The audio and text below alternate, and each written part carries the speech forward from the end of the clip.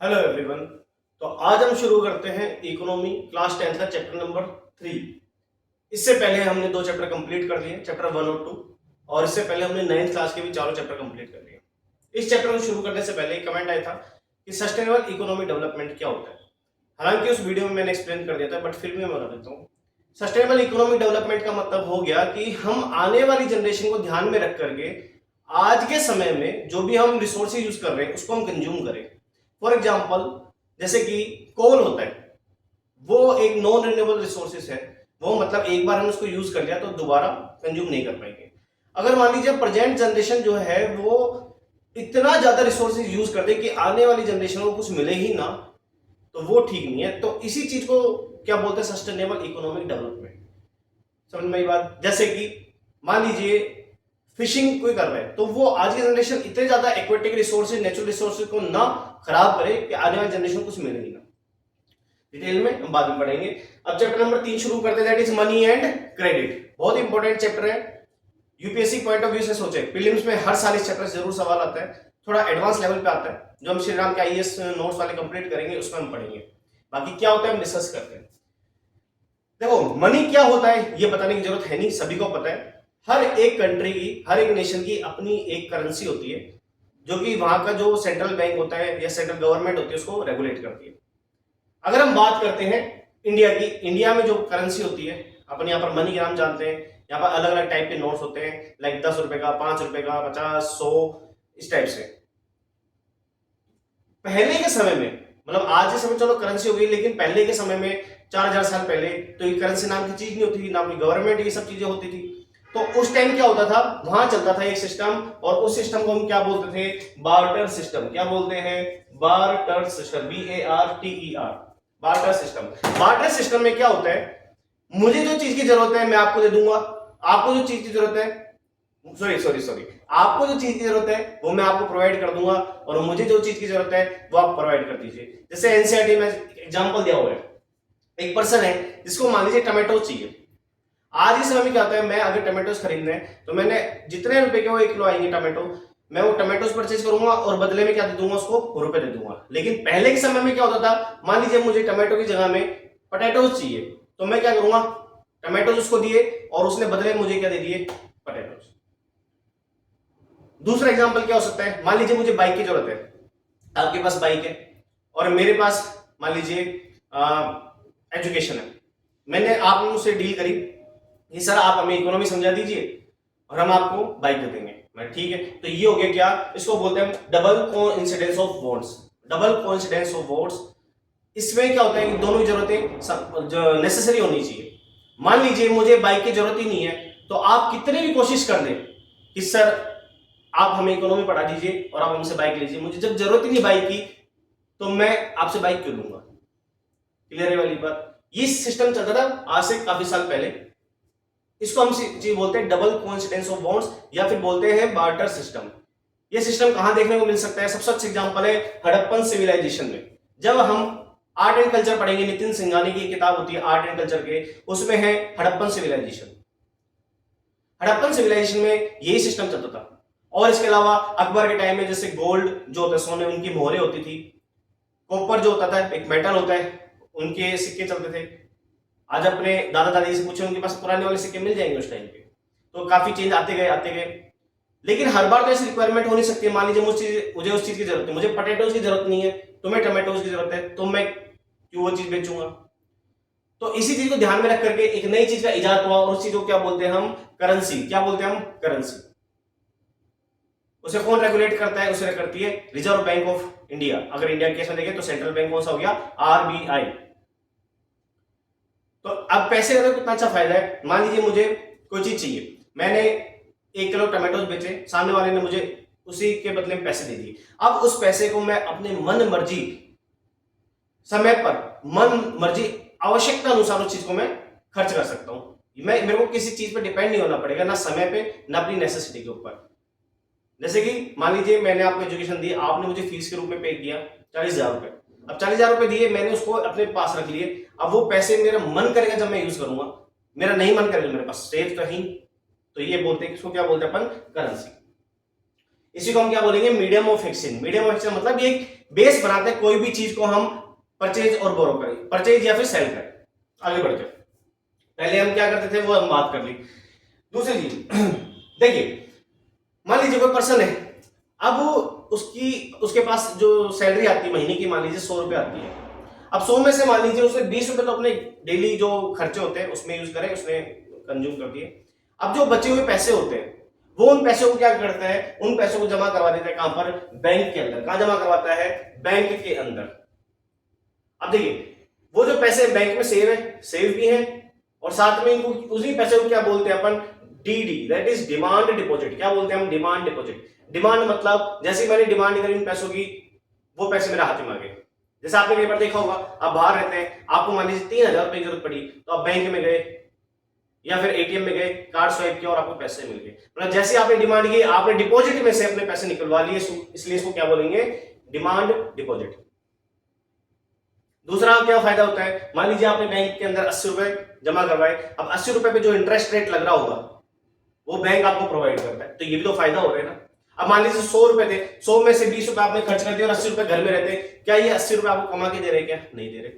दूसरा अनसेफ भी है। कैसे अनसेफ है, मान लीजिए कोई चोरों का खतरा है या कोई मान लीजिए नेचुरल डिजास्टर आ जाए, लेकिन बैंक में तो बैंक की लाइबिलिटी होगी, बैंक की जिम्मेदारी होगी, ये चीज, ये सब चीजें। तो डिमांड डिपॉजिट किसको बोलेंगे, वो पैसा जो हमारा ही है पर बैंक के पास जमा है, और जैसे हमने डिमांड करी वो पैसा हमारे हाथ में। आगे बढ़ते, एक चीज दे रखी चेक, बहुत बेसिक सी चीज सबको पता है, लेकिन एनसीईआरटी दे रखे तो एक बार हम इसको कवर करके चलेंगे। चेक मतलब आपको पता है पीस ऑफ पेपर होता है, उसमें साइन वगैरह करता होता है, डेट लिखी होती है, और मान लीजिए किसी इसमें कैश वगैरह की जरूरत नहीं पड़ती, किसी ने मान लीजिए मुझे चेक दिया, वो चेक मैंने बैंक में जमा कराया, मुझसे उससे पैसे मिल गए। तो सिंपल चीज है, इसमें ज्यादा डिस्कस करने का कोई फायदा नहीं है। आगे बढ़ते हैं।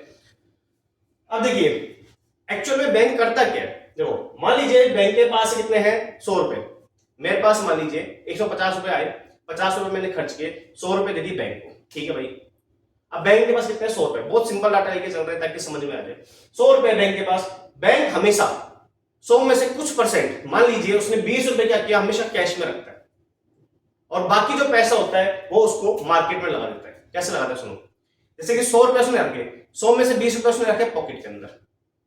जैसे आप खुद बैंक में जाते हो, मान लीजिए आपने बैंक में कुछ पैसे जमा करे, तो क्या सारे पैसे बैंक में जमा कर देते हो क्या। आप मान लीजिए रास्ते पर गए, आपको कुछ भी खरीदने की इच्छा हुई, मान लीजिए 20 रुपए की आइसक्रीम लेने की इच्छा हुई, तो क्या आप बार बार बैंक में भागोगे क्या। कुछ पैसा आपकी जेब में तो होना चाहिए ना, कैश में, ताकि आपको जब मन किया उसको निकाला, उसको दिया और परचेज कर दी वो चीज। तो ऐसी बैंक के पास होता है। बैंक ने पैसा किसका ले रहा है, पब्लिक का। तो पब्लिक कभी भी तो आ सकती है ना बैंक के पास कि भाई आज मुझे 40,000 रुपए चाहिए, लाइए दीजिए। तो ऐसे कुछ पर्टिकुलर अमाउंट बैंक हमेशा अपने पास रखता है। कितना रखता है अभी उसमें इतना डिटेल में नहीं जाएंगे, वो बाद की बात है।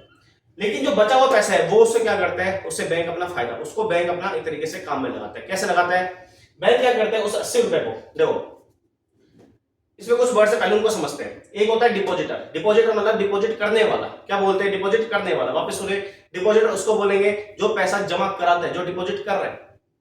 बोरोवर इसको बोलते हैं जो खरीदता है। मैंने पैसे जमा कराए तो मैं क्या हुआ, डिपॉजिटर। बैंक किसी को पैसा दे रहा है, किसी को पैसा प्रोवाइड कर रहा है, तो बैंक को क्या बोलेंगे, यहाँ पर लेंडर बोलेंगे। क्या बोलेंगे, लेंडर। और जो इंसान खरीद रहा है उसको क्या बोलते हैं, बोरोवर। क्या बोलेंगे उसको, बोरोवर। तो पहला क्या हो गया, बैंक ने क्या किया, उसको लिया, मतलब डिपॉजिटर मैं हो गया, बैंक हो गया यहाँ पर लेंडर, और कोई थर्ड पर्सन हो गया बोरोवर। अब इसमें बैंक का फायदा कैसे, बैंक बैठा क्यों है भाई, बैंक सिर्फ जमा सेवा थोड़ी ना कर रहा है, उसका भी खुद का फायदा है। कैसे फायदा है, बैंक को मान लीजिए डिपॉजिटर ने 100 रुपए दिए, 1000 रुपए दे दिए, बैंक उसको कुछ इंटरेस्ट रेट भी प्रोवाइड करेगा। तो मैंने यहां पर लिखा है, मान लीजिए बैंक उसको 8% रेट पे खरीद देता है पैसे। तो जब बैंक उसको 1000 रुपए कुछ टाइम बाद जब उसको प्रोवाइड करेगा तो उसको कितना देगा, 1000 रुपए तो बैंक ने लिए, लेकिन उसकी जेब से कितने जा रहे हैं, 80 रुपए एक्स्ट्रा जा रहे हैं, 8% इंटरेस्ट जब लगा। तो डिपॉजिट ने 1000 रुपए तो जमा कराए, लेकिन जब वापस लिए तो डिपॉजिटर को 80 रुपए का प्रॉफिट हुआ। तो बैंक अपनी जेब से तो देगा नहीं, इसलिए यहां पर कोई ना कोई तो गेम खेला है। कैसे गेम खेला, सुनो, यहां पर बैंक ने क्या किया, कुछ अमाउंट में बोरोवर को प्रोवाइड कर दी, मान लीजिए। अब बोरोवर पे भी इंटरेस्ट रेट लगेगा, अब बोरोवर पे जो इंटरेस्ट रेट लगेगा वो मान लीजिए कुछ बढ़ा के लगाएगा, मान लीजिए 12% लगा दिया। तो अब बैंक को कितने मिल गए, 1120। मतलब जो पैसे उसने डिपॉजिटर को 80 रुपए एक्स्ट्रा दे रहे थे, बैंक ने 120 रुपए कहीं से और से कमा लिए, तो अभी भी बैंक को प्रॉफिट कितना हो रहा है, 40 रुपए का। आई बात समझ में? मैंने बैंक को प्रोवाइड किया 1000 रुपए, कुछ साल बाद बैंक ने मुझे दिए 1080 रुपए, तो मुझे फायदा कितना हुआ, 80 का। ठीक है भाई, तो बैंक अपनी जेब से तो दिए नहीं होंगे। बैंक ने पैसे किसको प्रोवाइड किए, बोरोवर को, थोड़ा और ज्यादा इंटरेस्ट रेट पे 12%, 10%, जो भी है अपन उसमें नहीं जाना। तो बैंक को प्रॉफिट कितना होगा, 4% का, मतलब टोटल कितना, 40 रुपए का बैंक को फायदा हुआ। तो अभी 40 रुपए का करता है क्या, बैंक अपने खर्चे निकालते हैं, जो भी एम्प्लॉइज उनकी सैलरी होती है, वहां इलेक्ट्रिसिटी का खर्चा, इंफ्रास्ट्रक्चर का, वो सब चीजों में आ जाता है। तो आई बात समझ में, बैंक का सिंपल सा कॉन्सेप्ट क्या है, बैंक करता क्या है। लैंडर किसको बोलेंगे, जो पैसे प्रोवाइड करवा रहा है। डिपॉजिटर उसको बोलेंगे जो पैसे जमा करवा रहा है, और बोरोवर इसको बोलते हैं जो पैसे उठा रहा है। समझ में आई बात, क्लियर है? आगे बढ़ते हैं। एक बार दे रखा है क्रेडिट। क्रेडिट कुछ भी नहीं है, क्रेडिट ये देखो, लेंडर मतलब बैंक हो गया। बैंक क्या करते हैं, बोरोवर को कुछ पैसे देता है, उसको हम क्या बोल देते हैं, एक तरीके से कैपिटल बोल देते हैं। और बोरोवर क्या करता है, प्रॉमिस करता है फ्यूचर पेमेंट का, कि भाई मैं आपको इस टाइम पर दूंगा। लेकिन बैंक ऐसे थोड़ी ना भरोसा कर लेता है, बैंक कुछ चीजें गिरवी रखवाता है। आपने नॉर्मली सुना होगा गिरवी रखवाता है। क्या गिरवी रखवा सकता है, हो सकता है उसके व्हीकल हो सकता है उसकी एजुकेशन वाली डिग्री हो, या हो सकता है उसकी जमीन हो, या हो सकता है उसके जो ज्वेलरी जेवरात होते हैं वो हो, या घर हो सकता है। फिल्मों में नहीं देखते हो, जब बैंक का जो लोन कोई पर्सन प्रोवाइड नहीं करवा पाता, तो घर जो होता है उनका गिरवी होता है, और एक टाइम बाद कोर्ट से ऑर्डर आता है कि इनके घर को नीलाम कर दे, फिर उनकी बोली लगती है। आपने मूवीज में देखा होगा इसी काफी बार। तो इसी चीज को अपन क्या बोलते हैं, कोलेटरल। क्या बोलते हैं, कोलेटरल। जैसे कि मान लीजिए मुझे बैंक से लोन लेते हैं, बैंक से मैंने उठाए 20 लाख रुपए, मुझे किस भरोसे पे देगा, या तो मुझे अपनी एजुकेशन वाली डिग्री उसको गिरवी रखनी पड़ेगी, या हो सकता है मुझे अपना घर गिरवी रखना पड़ सकता है, या मेरे पास कोई कार हो, बाइक हो, उसको गिरवी रखना पड़ सकता है, कोई गोल्ड है मेरे पास, उसको गिरवी रखते हैं, इस टाइप की चीजें। ताकि अगर बैंक ने जो मुझे 20 लाख रुपए दिए, मैंने अगर किसी कंडीशन में मानो मैं भाग जाता हूं, या मैं उसको वापस से रीपे नहीं कर पाता हूं, तो बैंक के पास वो एसेट या कोलेटरल सुरक्षित रहता है, ताकि उससे अपना पैसा रिकवर कर सके। अगर मैं 20 लाख रुपए प्रोवाइड कर देता हूं बैंक को, तो वो सारी चीज बैंक मुझे बिना कोई नुकसान के प्रोवाइड करते हैं, वो बिना कोई नुकसान के वापस कर देता है। समझ में आई बात? इसी को अपन क्या बोलते हैं, अपन क्रेडिट। एक बार दे रखा है डेब्ट ट्रैप। डेब्ट मतलब होता है कर्जा, ट्रैप मतलब होता है जाल। कोई इंसान है, अगर किसी ने पैसे तो उठा लिए लेकिन वो रिपे नहीं कर पा रहा है, तो वो एक जाल में फंस जाता है, उसको बोलते हैं डेब्ट ट्रैप। मतलब उसके पास ऑलरेडी एक तो प्रेशर है, साथ में उसको अपनी जो कोलेटरल, जो उसके एसेट है, जो उसने गिरवी रखा है, वो भी बिक जाएगा। इस कंडीशन को बोलते हैं डेब्ट ट्रैप। एक वर्ड और है, टर्म्स ऑफ क्रेडिट। ये डायरेक्ट बोर्ड में पूछा जाता है, और यूपीएससी में शायद आ चुका है, इसके बारे में इसमें टर्म्स ऑफ क्रेडिट में क्या होता है, देखो, एक होता है इंटरेस्ट रेट। इंटरेस्ट रेट वो हो गया जो बैंक ने उस बोरोवर पे लगाया। कोलेटरल हम डिस्कस कर चुके हैं, एसेट मतलब जो बैंक गिरवी रखेगा तुम्हें पैसे देने के बिहाफ पे। तीसरा डॉक्यूमेंट्स रखेगा, जो भी लिखा पढ़ी होती है, पेपर वर्क होता है, वो डॉक्यूमेंट्स। मोड ऑफ रीपेमेंट, कि किस तरीके से आप वापस सारी चीजें रीपे करो। तो ये हमने एक पार्ट 1 बनाया, इसका पार्ट 2 अभी आने वाला है। एक बार हम फटाफट से रिवाइज करते हैं। क्या पढ़ा हमने? सबसे पहले देखा कि बार्टर सिस्टम होता क्या है। बार्टर सिस्टम की रिक्वायरमेंट क्या थी, पहले मनी था नहीं, इसलिए बार्टर सिस्टम। इसी कंडीशन को बोलते हैं डबल कोइंसिडेंस ऑफ बोन्स। मतलब मुझे पैसा नहीं चाहिए, आपने जो सामान मुझसे लिया उसके बदले में मैं आपको कुछ और प्रोवाइड करूंगा। क्लियर? आपने मुझे बाइक दी, मैंने आपको फोन दे दिया, that is double coincidence of bones. और दोनों में इसमें चीज होनी चाहिए कि दोनों की चीज वो रिक्वायरमेंट में होनी चाहिए, पर ये हर बार तो पॉसिबल नहीं है। तो इसके लिए क्या कंडीशन आई, करेंसी आ गई। करेंसी को हैंडल कौन करता है? Reserve bank of India. India के केस में, या कोई भी बैंक की बात करते हैं उसको बोलते हैं सेंट्रल बैंक। इसके बाद देखा बैंक अपना फायदा कैसे ढूंढता है। किसी से लिया 5% इंटरेस्ट रेट पे, और किसी को दिया कितने पे, 8%, तो 3% किसका बेनिफिट हो गया बैंक। तो बैंक इसमें प्रोवाइड क्या करता है, हमें डिपॉजिट करवाने की फैसिलिटी देता है, सिक्योरिटी प्रोवाइड करता है। इस उसके बाद हमने डिस्कस किया क्रेडिट क्या होता है, लेंडर किसको बोलते हैं। लेंडर होता है जो पैसे देता है, जो किसी को पैसे देता है, डिपॉजिटर जो जमा करवाता है, और बोरोवर जो लेता है। एसेट या कोलेटरल मतलब जो चीज पैसे लेने के बिहाफ पे गिरवी रखी है। फिर लास्ट में देखा टर्म्स ऑफ क्रेडिट क्या होता है। इसमें 4 चीजें बच्चों, चैप्टर को नेक्स्ट वाले पार्ट में कंप्लीट करेंगे। इससे रिलेटेड कोई भी डाउट हो आप कमेंट सेक्शन में पूछ सकते हैं। तब तक के लिए थैंक यू।